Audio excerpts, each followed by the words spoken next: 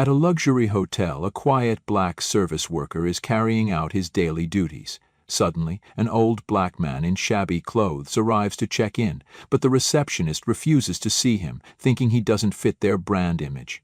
The service worker is the only one who treats him with basic respect. But by the very next afternoon, the hotel is thrown into chaos when the older man returns, this time in a custom-tailored suit, revealing himself as the owner of the hotel. Every staff member who judged him is forced to face the consequences.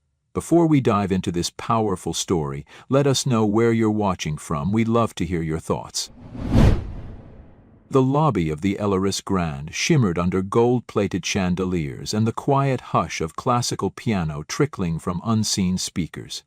Nestled in downtown Chicago, it was the kind of place where whispers carried more weight than shouts, and every surface gleamed with curated elegance. For decades it had been a name whispered with reverence among the wealthy and well-connected. Until last month, when a headline in hospitality world turned that whisper into a collective breath-hold. Livia Hotels acquires Elleris Grand in strategic global expansion. With the acquisition came change, and with change came fear, not the loud, visible kind. No, this was quieter, found in the way employees straightened their posture when walking past a manager, in the hushed conversations behind service doors, in the sudden tightening of uniforms and protocols. The word had circulated like static in the air. Someone from corporate was coming. Not for a speech, not for a tour, but for an anonymous stay. A disguised inspection. No one knew who, no one knew when. That was the point. Behind the concierge desk, Marla adjusted her name tag for the third time in 5 minutes, lips tight with pressure she wouldn't admit. She'd been with Elleris for 9 years, since before the merger, before the global group with glass towers and corporate smiles took over. She saw herself as the guardian of legacy. "Presentation is everything," she had told the new interns last week, her tone crisp like fresh linen. "You represent more than yourself here. You represent a brand." And while the managers briefed their teams on maintaining the highest standards, another part of the hotel remained largely overlooked. The guest floors. The back hallways, the laundry corridors where staff moved like phantoms, carrying the weight of someone else's comfort. Among them was Darius Walker, 34, a senior housekeeping attendant with shoulders built from years of lifting mattresses, bending at the waist without complaint and disappearing before anyone thanked him. A quiet man with watchful eyes, Darius had worked here for nearly a decade. Most guests never learned his name, but the longtime ones, the ones who returned year after year, knew the comfort of his presence. Towels folded with precision, slippers placed just so. Notes left in careful penmanship. "Let us know if we can make your stay even better, DW." He never pushed to be noticed. He didn't have a degree, didn't network, didn't lunch with upper management. But he showed up. Rain, snow, holidays, he was there. His mother, Miss Elaine, used to say, "Son, you carry dignity like your granddaddy carried his Bible, with both hands and never upside down." Darius believed that. Believed in work that meant something, even if no one clapped at the end of the day. That morning the hotel was quiet in the way expensive places are quiet, like a museum waiting to be disturbed. But beneath the surface tension brewed. An unspoken test had begun. Somewhere between the revolving doors and penthouse suite, someone had arrived or would arrive, watching not with a clipboard, but with eyes that noticed the small things. The pause before a smile. The glance at a uniform, the difference between obligation and sincerity. What no one at the Elleris Grand knew, not the managers with their tablets, not the polished bellman or the rehearsed doorman, was that the test had already started, and the man who would decide the future of the entire staff had just crossed the marble threshold. With scuffed shoes, a frayed coat, and no intention of being recognized. He arrived just past 11, dragging behind him a faded duffel bag with frayed seams and a rolling suitcase that clicked with every step across the polished marble. His coat, once camel-colored, now dulled to a dusty beige, hung loose from his shoulders, and his wool hat sat crooked, like it had been taken off and put back on too many times in too many storms. His skin was dark, creased with age and sun, and his gait held the careful balance of someone who had long stopped assuming they were welcome. Still, he walked through the revolving doors of the Alaris Grand like he had every right to be there, because in truth he did. No one recognized him, no one tried to. The lobby stilled, not obviously, not rudely, but with that subtle shift that happens when someone doesn't fit. Eyes flicked upward and quickly back down. A woman in a gray pantsuit paused mid-sentence. One of the bellhops stepped forward instinctively, then stopped himself when he saw the man's shoes.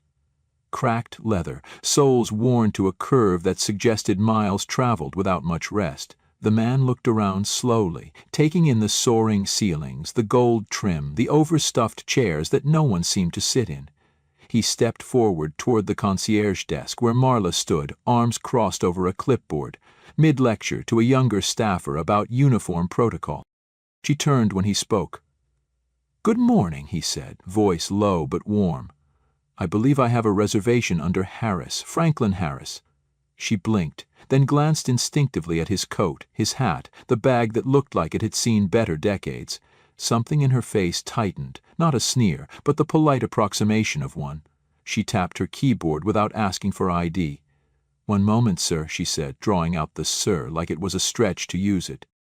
Behind her, the young staffer lingered, watching. The screen loaded. She found the reservation. Franklin L. Harris, 3 nights, paid in full. No special notes, no corporate tags, just a standard booking. Still, her fingers hovered above the keyboard. She murmured. "It appears your room may not be ready just yet. Housekeeping is behind schedule." A lie wrapped in a smile. The hotel was at 60% occupancy. Rooms were ready. She just didn't want this man seen walking the halls. He nodded, unbothered, as if he'd heard this before in too many places that had chandeliers and white tablecloths. "I can wait," he said, taking a seat in one of the far chairs, near the window, away from the center. Not offered a water. Not offered a bellhop. The front desk staff went back to their performance, pretending he was a detail in the wallpaper. An hour passed, then another. Guests came and went, luggage rolled by. Not once did Marla look his way. Franklin sat still, hands folded over the handle of his bag, eyes watching, not judging, just remembering. He took in every interaction, the way staff smiled wider for designer luggage, the way their tone shifted for accents, tailored coats, platinum cards. He took note of who said "sir" with ease, and who said it like a word they weren't used to giving. It wasn't long before someone noticed. Not management, not the concierge, but Darius, coming down from the 11th floor with a linen card and a clipboard tucked beneath one arm. He moved with quiet confidence, cutting through the lobby with a practiced rhythm. He almost passed the man by, almost, but then he saw the way Franklin sat, upright, composed, but not at ease, like he wasn't sure if he belonged. Darius slowed, turned, and spoke before he could second-guess himself. "Afternoon, sir. You good? Need help with anything?" The man looked up, smiled gently. "No trouble at all. Just waiting on a room, apparently." Darius looked toward the desk, then back at the man, his instinct kicking in faster than policy. "Well, if you're waiting, no reason to do it cold. Hang on." He disappeared through the service door and came back with a clean wool blanket, still warm from the dryer, and a paper cup of hot water with 2 lemon wedges. He didn't ask permission. He didn't call for clearance. He just offered it like you would to your father, your uncle, a stranger you saw the world had tried to forget. Franklin accepted both with a quiet "thank you," and Darius nodded like it was nothing. Like the world hadn't just shifted slightly in that moment. Across the lobby, Marla noticed. Her jaw clenched. She whispered something to the assistant manager beside her, eyes never leaving the image of a housekeeping attendant offering comfort to a man they'd collectively chosen not to see. But she said nothing out loud, not yet. After all, the man was still just a guest, in a wrinkled coat with no luggage tag. No threat, no title. What no one at the Alaris Grand realized, not Marla, not the bellhop, not even Darius himself, was that the man sitting near the window wasn't just waiting on a room. He was waiting on them, watching, measuring, not for service, but for something far harder to fake: character. That evening, after the last round of conference guests had filed into taxis and the grand lobby had quieted to its usual nighttime murmur, Darius was making his final rounds on the 12th floor. Most lights behind the doors were dimmed, the suites turned down and ready for dreams money could afford. But one door, room 1207, had caught his attention earlier. It was the one he'd prepared on instinct, after seeing the older gentleman waiting for hours downstairs, despite not receiving any official request to ready it. Something in Darius couldn't accept that the man would be left wandering the lobby overnight without a space to rest, so he'd made the call himself, changed the linens, added a second blanket, laid out extra toiletries, and placed a simple card on the pillow. "If you need anything, dial 0 and ask for Darius. I'm on tonight." He didn't know if the man had even been given the room. No one told housekeeping anything unless it was a complaint. But when he passed 1207 and saw a faint line of light under the door, he paused. Then a soft sound, furniture shifting. Someone was inside. That was all the confirmation he needed. He moved on, nodding quietly to himself. Down in the staff break room, beside the hum of vending machines and the buzz of a flickering fluorescent bulb, Darius sipped lukewarm coffee and stared at his phone. Messages from his daughter filled the screen. Drawings, a video of her dancing, a voice note that said, "I miss you, Daddy," which he played twice before locking the phone again. He didn't like bringing work home, but tonight he couldn't stop thinking about the man in the frayed coat. He didn't look weak, didn't act broken.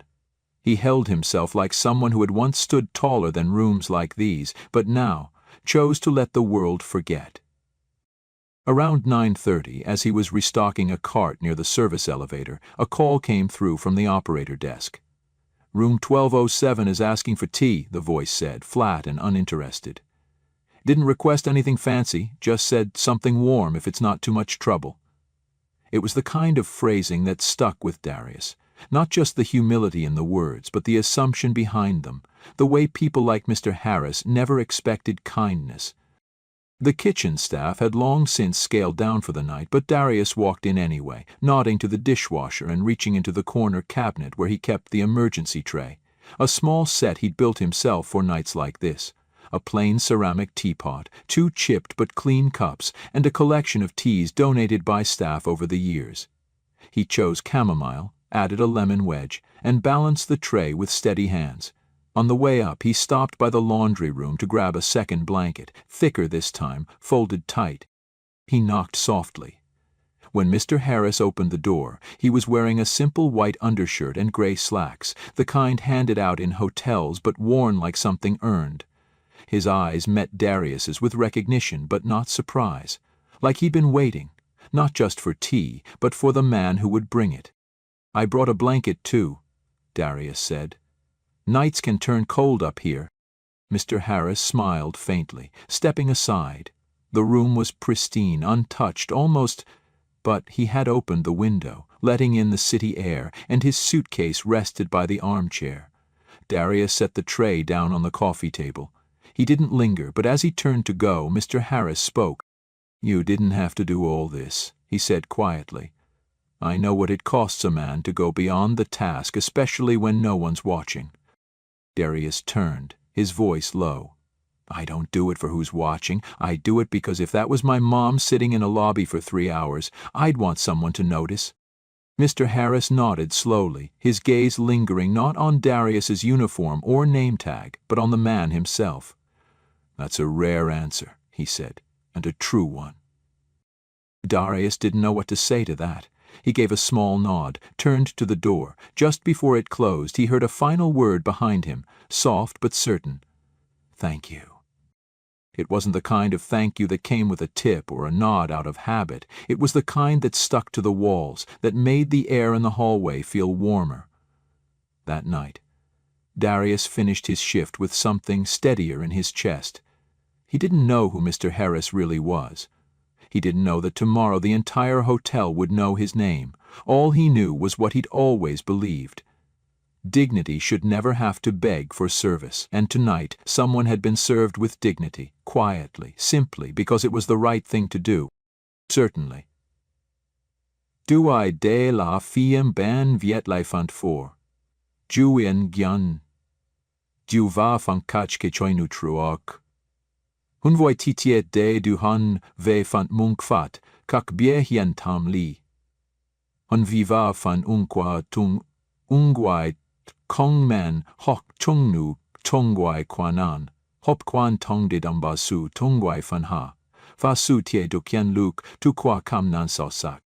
By the time the sun cracked the edge of the skyline, streaking the tall windows of the Alaris Grand with orange light, Mr. Harris was already gone. He left just as he came, in silence, unnoticed, a shadow slipping between marble columns and glass doors. No one offered him a farewell, no one rushed to help.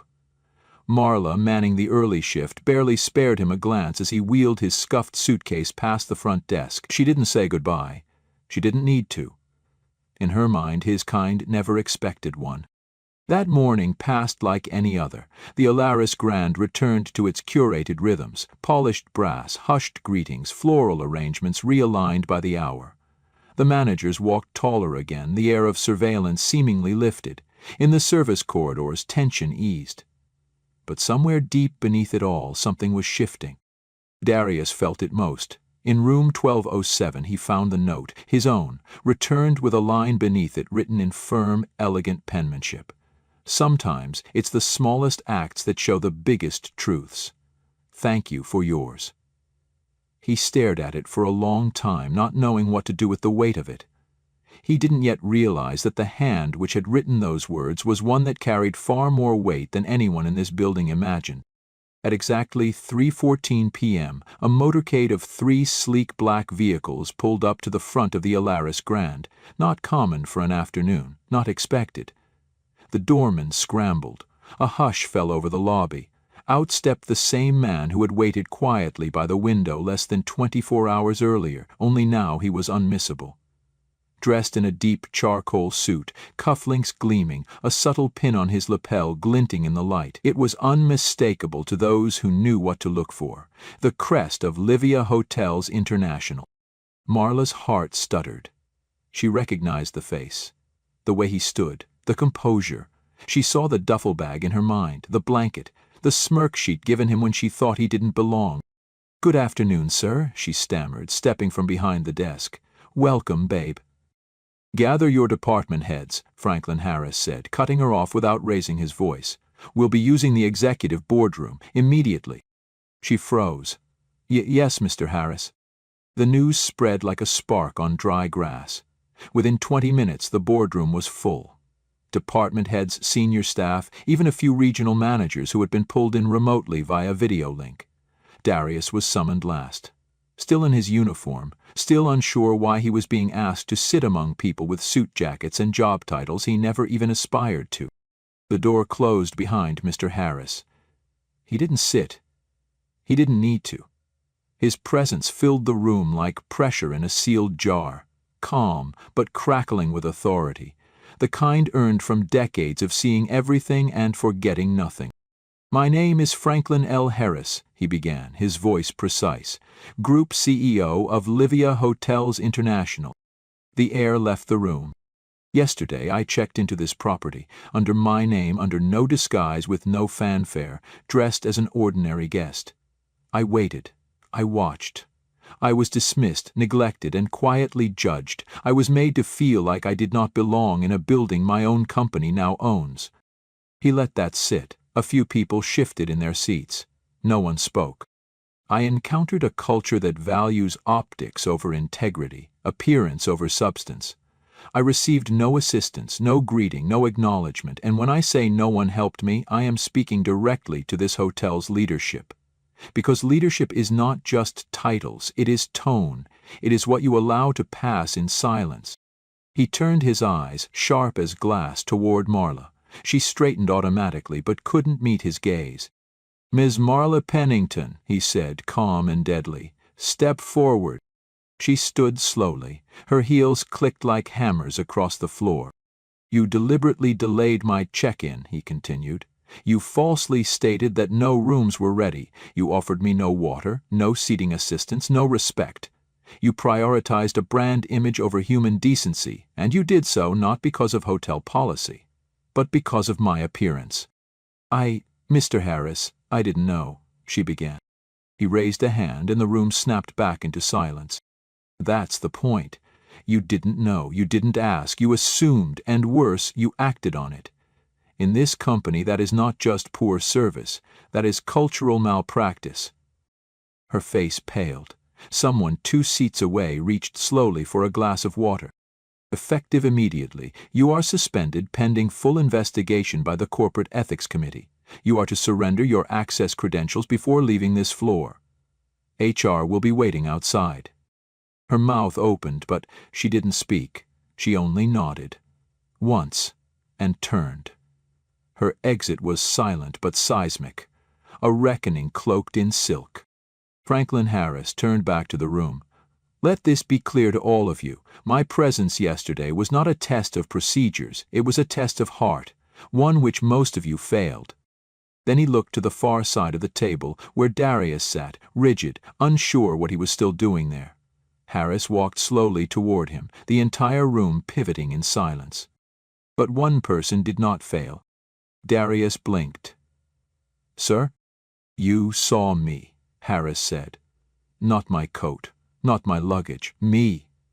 You helped not because you expected recognition, but because you couldn't stand to let a man go unseen. That is the kind of service no training manual can teach. That is leadership. I'm just housekeeping, Darius said quietly. Not anymore. There was a pause, and then Harris extended his hand, not to shake, but to affirm. Effective today, you are being promoted to Hotel Operations Manager. You'll report directly to regional leadership and will be given full support to shape the guest experience of this property as you see fit, because this hotel, this industry, doesn't need more policy. It needs people who remember what hospitality is meant to feel like.